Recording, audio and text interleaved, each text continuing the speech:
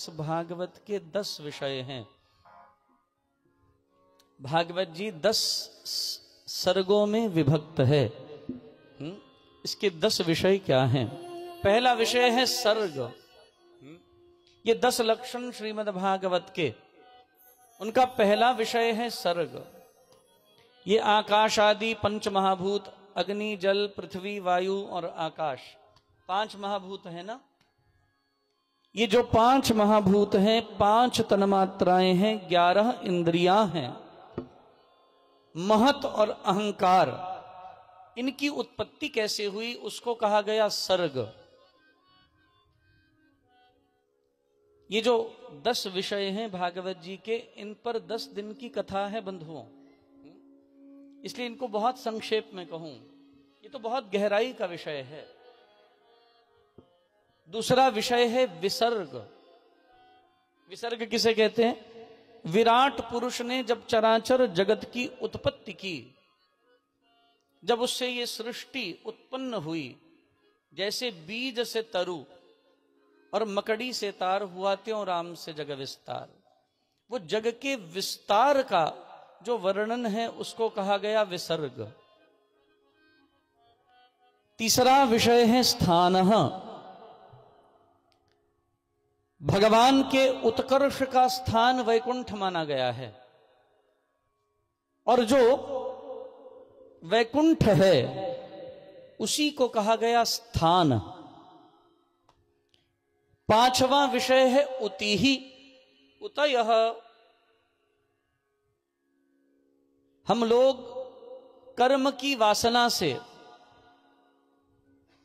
नूतन कर्मों का निर्माण करते हैं।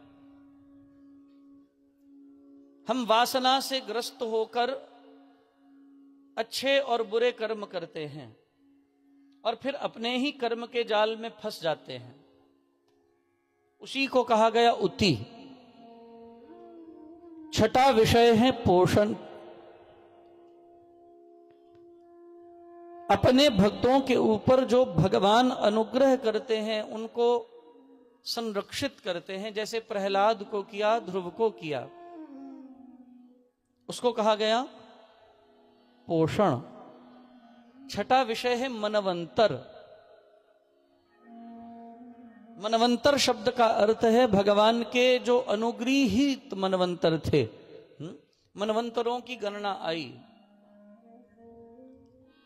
उनके जो अनुग्रहित मनवंतर थे, उनके अधीशों का जो धर्म था, जो उनके अधीशों के कृत्य थे, उनकी कथा मनवंतरों में आई।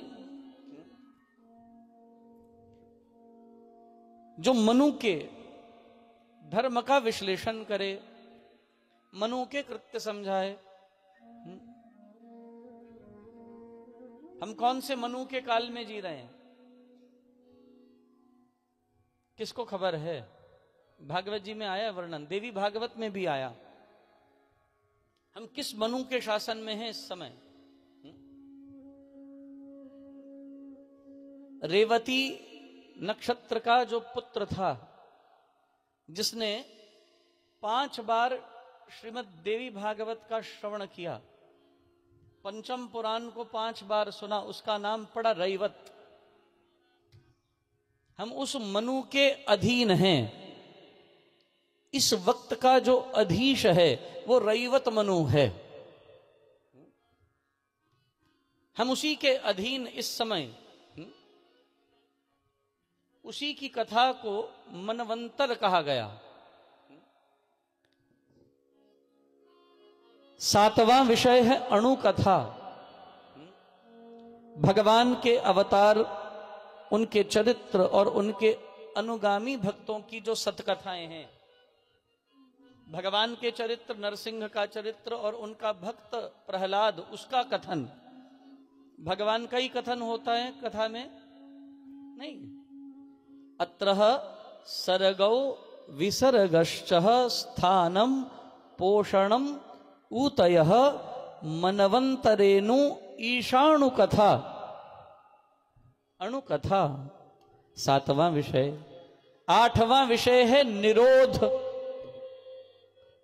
भगवान की योग निद्रा में जीव भगवान में लय होते हैं, मिल जाते हैं,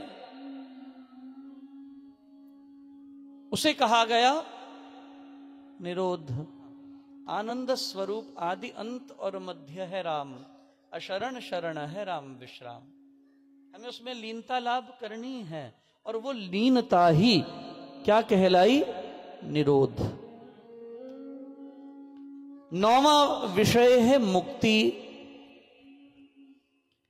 जब हम अविद्या को छोड़कर ब्रह्म रूप हो जाएं, जब जीव ब्रह्म के अंदर तदाकार होकर स्वयं ब्रह्म हो जाता है, ब्रह्मवित् ब्रह्मैव भवति, उसी को कहा गया मुक्ति। और 10वां विषय है आश्रय। जिसमें सृष्टि लय होती है वो इस सृष्टि का स्वयं प्रकाशक तत्व है, वही परमात्मा आश्रय नाम से जाना गया, जिसका आश्रय हम सबको करना है। शरण शांति आश्रय है एक, वो एकमात्र आश्रय है, वो निराश्रित रहने नहीं देता।